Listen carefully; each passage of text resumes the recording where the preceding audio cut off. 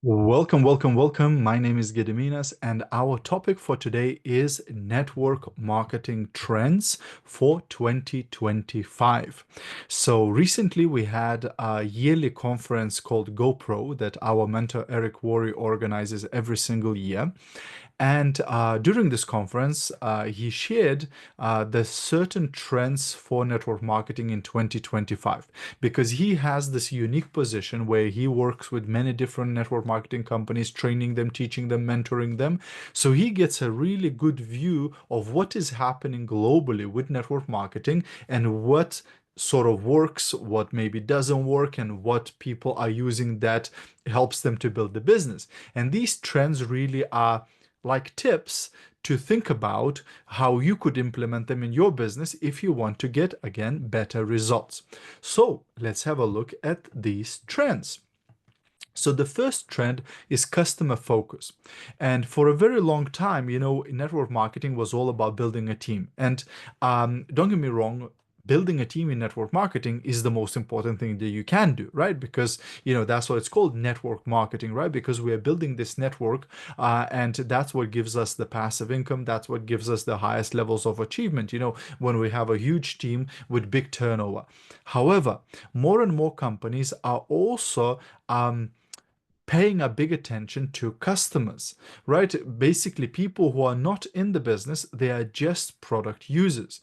Why? Because that increases the turnover and it helps the new people in business make more money. Because we all know it takes a bit of time for us to build up the structure, to build up the team, to get that passive income. And a lot of people never get to that because they're not making money at the beginning, they just quit the business. So if we can focus on the customers at the beginning, that gives us that immediate income. And then once we've built a team, we can also get the passive income stream.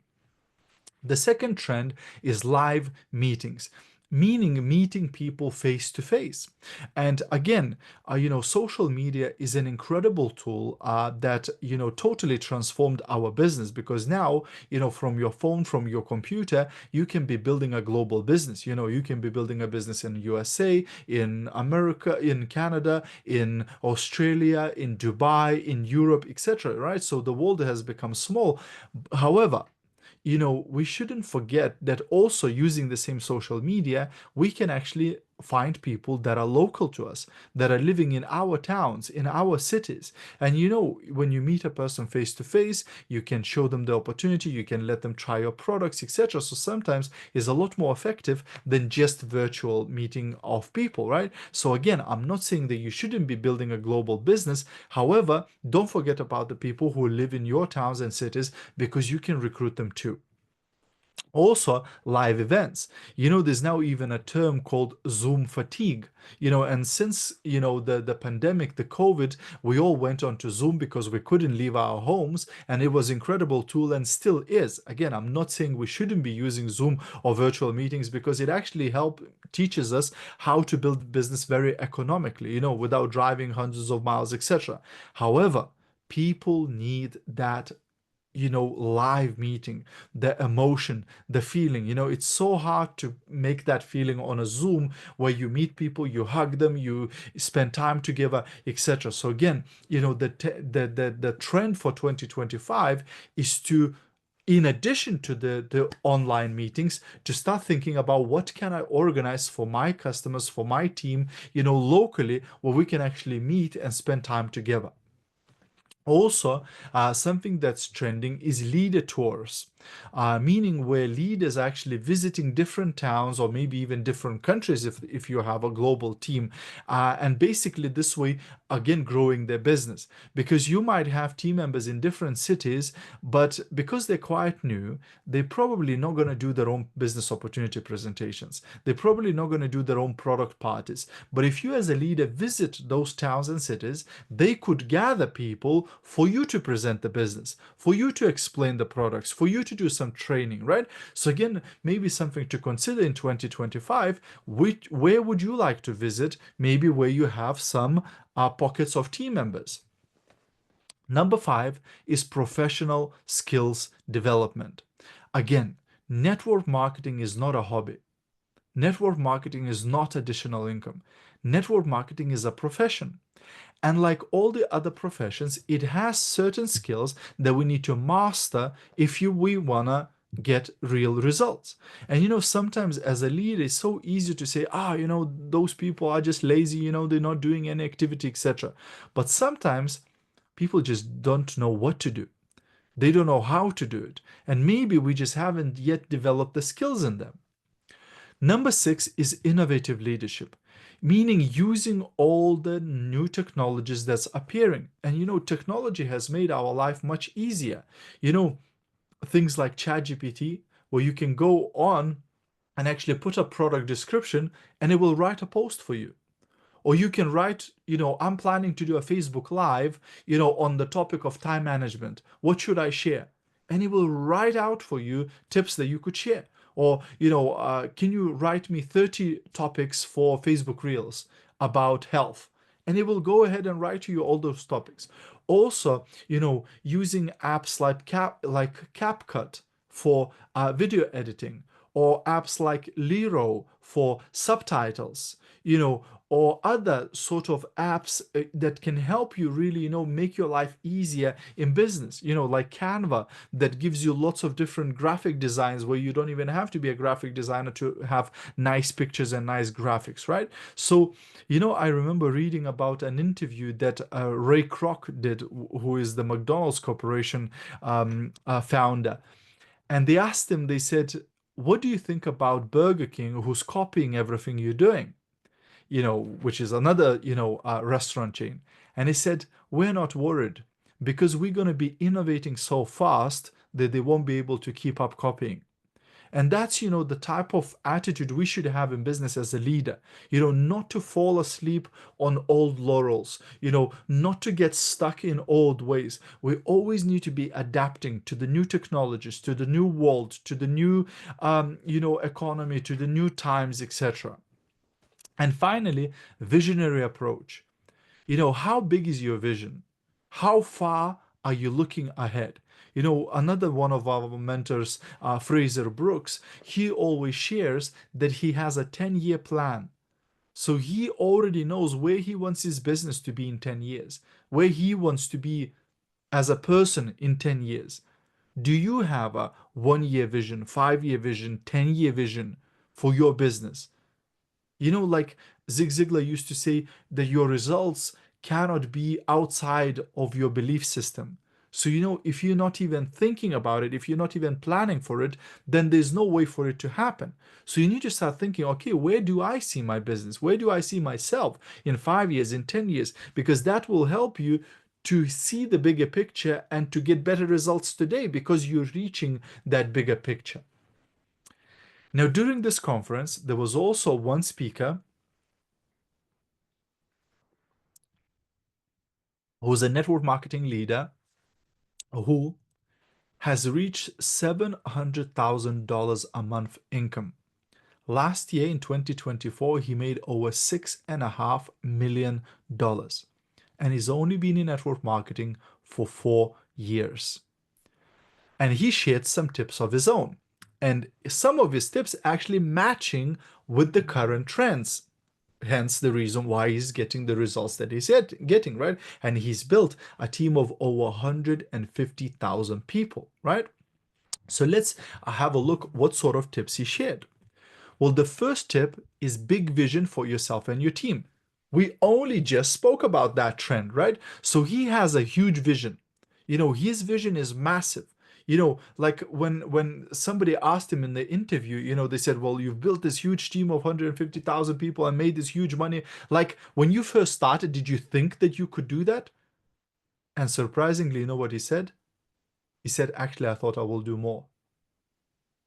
A lot of us, we think too small, and that's why we get small results.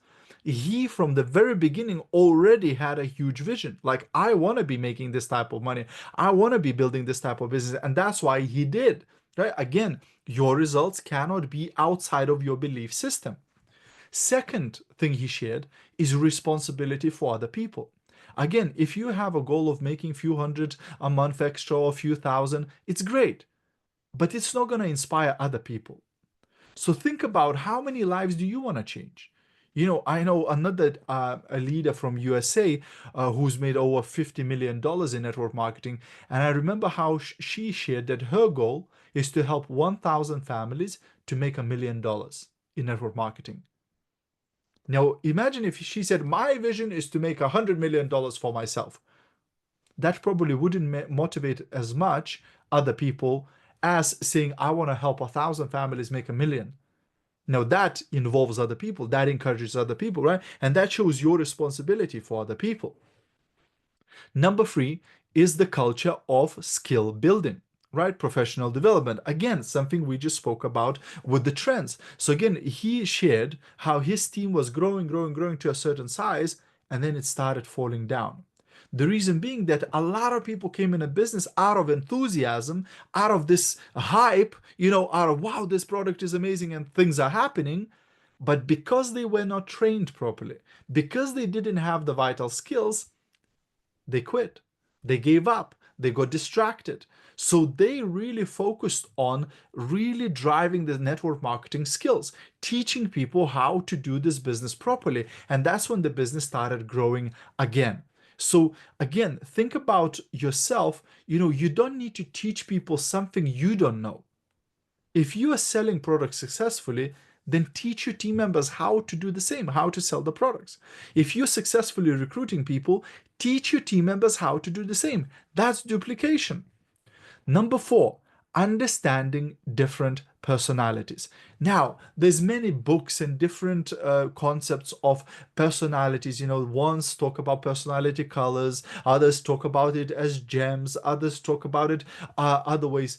But the bottom line is, most leaders say, well, I want more people like me in my team. But reality is there's only going to be about 25% people like you.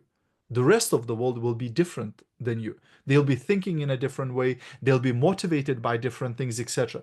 So as a leader, maybe this year, one of the challenges for you could be learning about different personalities, learning how to work with different kinds of people so you can become more inclusive, so you can involve more people in a business and understand how to motivate them, because not everybody is motivated by the same things, as we know. But something that is common, that everybody wants something, everybody wants good energy. Everybody wants a good environment and everybody wants a good project. But we just need to find where each person sees themselves in our business. Number five is a clear plan and unwavering belief in it. One is most people work without a plan. So you need to start planning yourself. You need to start planning your team's business. Secondly, you have to believe in it. Because sometimes we make these plans, and even as we're writing it, we already don't think we're gonna achieve it. As we're writing it, we already just, doubt ourselves. And what this leader shared, is this huge belief in his plan. He made a plan and he kept sticking to it, until he got these huge results. Number six, hungry, trainable, and constantly improving. That should be your describing you.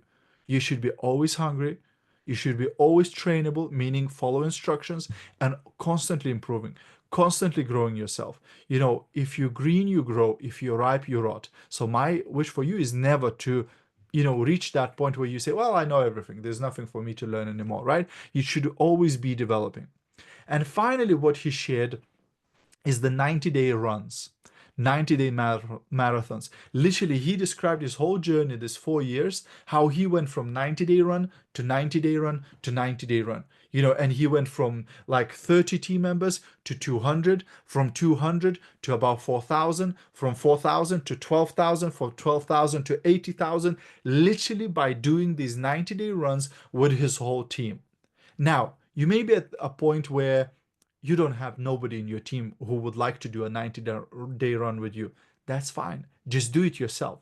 Make a decision. Okay, from February 1st, I'm going to go crazy for the next 90 days. For the next 3 months, I'll put in maximum amount of effort, maximum amount of energy, maximum amount of time into my business to create this breakthrough, to create this explosion, this liftoff, like this rocket that we see in the picture. But I've already seen so many different network marketing leaders who are making over $1 million a year who attribute a big part of their success to a one or a number of 90-day runs that they've done in their business, right? Because for your business to get off the ground, it needs this intensive short period of time where you put a lot of effort. So again, maybe something for you to think about. Maybe for you it's going to be February 1st. Maybe it's going to be somewhere down the line this year. But think about maybe this year, one of the things you could do is to do this 100% 90-day run where you explode your business.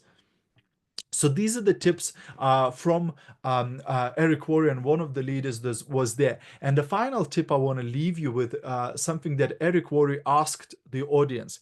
He said, thinking about 2024, how many lost days did you have in your business? Meaning days where you literally did almost nothing for your business, where you can't really hand on heart say, oh yeah, that day I really worked, hard in my business.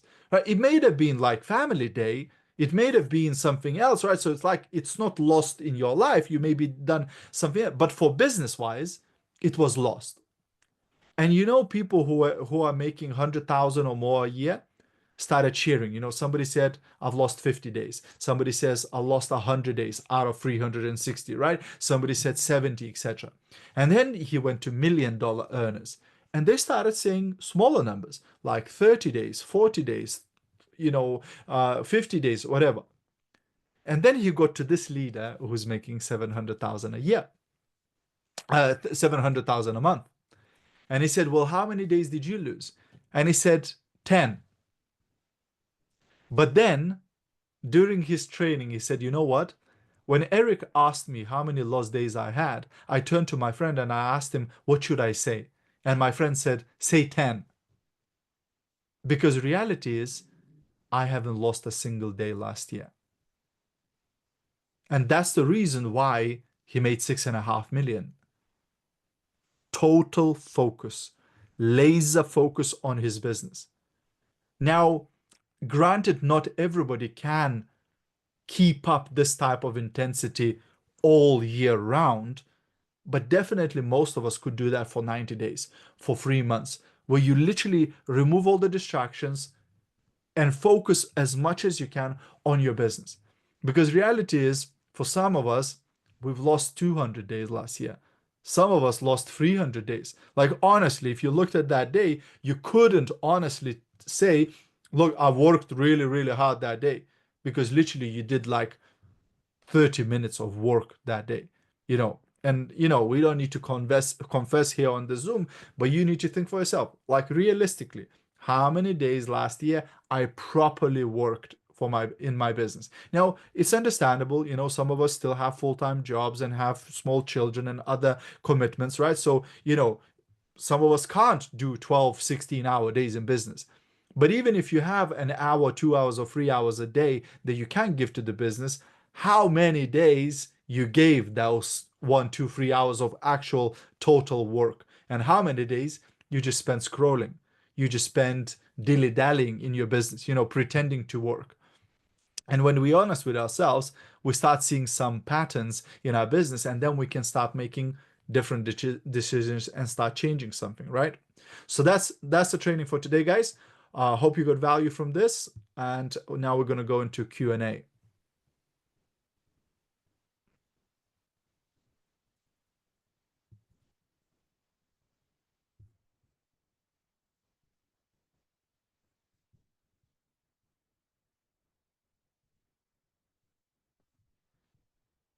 Let me just quickly stop the recording.